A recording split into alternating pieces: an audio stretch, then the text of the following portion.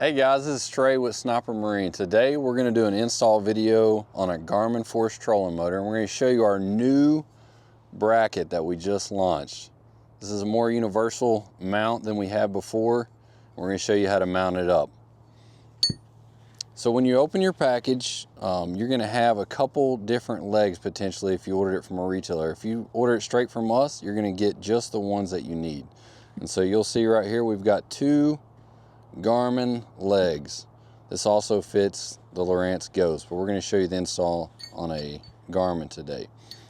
So first thing you're going to do is you're going to attach the legs to your main plate. You'll see that there's 6 screws and they already have threads in them. Grab your screws out of your pack, you're going to start screwing them in.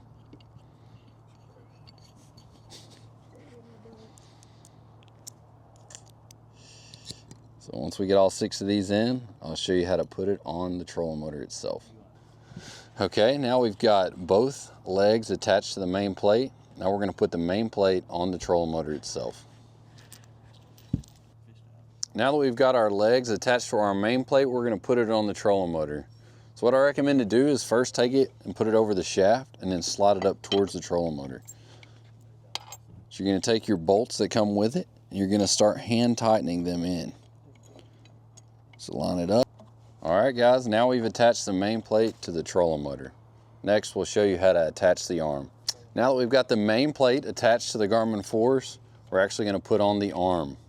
Note this arm is adjustable, so if you take these 2 screws out, you have some length adjustment, and then it pivots off of these screws here that are on the outer rim. So today we're putting on a sniper pole.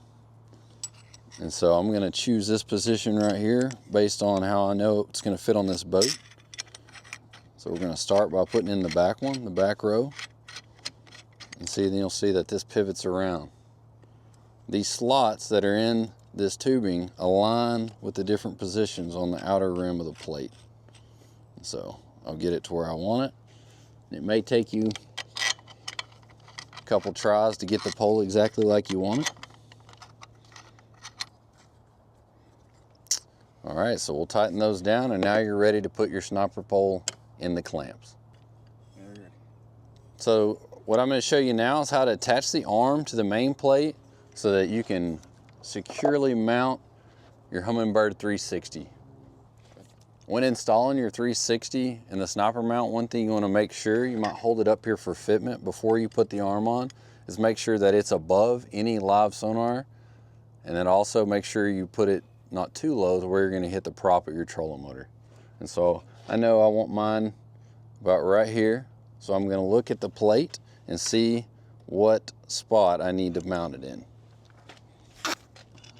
So I'm going to go ahead and choose this lower location. One thing that we did here was we made it highly adjustable, so you can actually come off of any of these, pivot it around. I'll show you that, and then I'll show you another way. Pivot it around, you extend here if you need that, or also you can put it to shorten it. You can go into a lower position and actually bring it back around. So after holding our transducer up to the side, we seen where we wanted to mount it, and so we chose this whole location.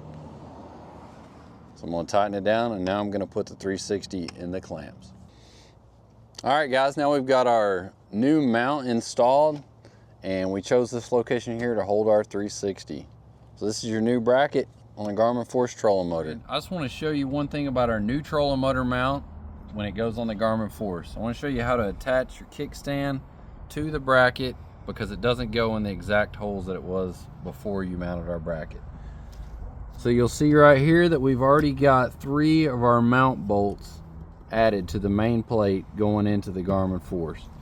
And so what you want to do is you want to bring your bracket over, and you're actually going to utilize this top hole right here for your kickstand. If you turn your kickstand to bring the flat side in for like this, you can still hit the holes, but on some boats, and you can check yours, some boats that pushes the kickstand too far down, so when it's deployed it can hit the gunnel of the boat. But you can check that first, or this is the other way to do it. So you'll take it, Flip it over like it was already on the boat. This is its normal position, and you're going to move it out a little bit.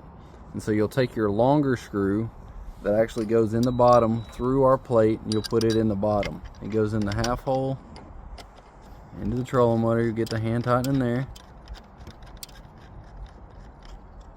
just like that. And you'll see this hole's already starting to line up at the top. Then you'll take your other 1-inch bolt and you'll add it right here. Now this is just going into the plate, it's not going into the trolling motor, but this is how you're going to position it. What that does is it takes the bracket and the curve that's in the bracket and it puts it out past our plate so that you get a nice flush mount.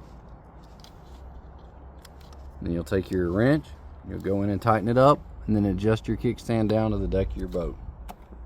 Thanks for watching, guys.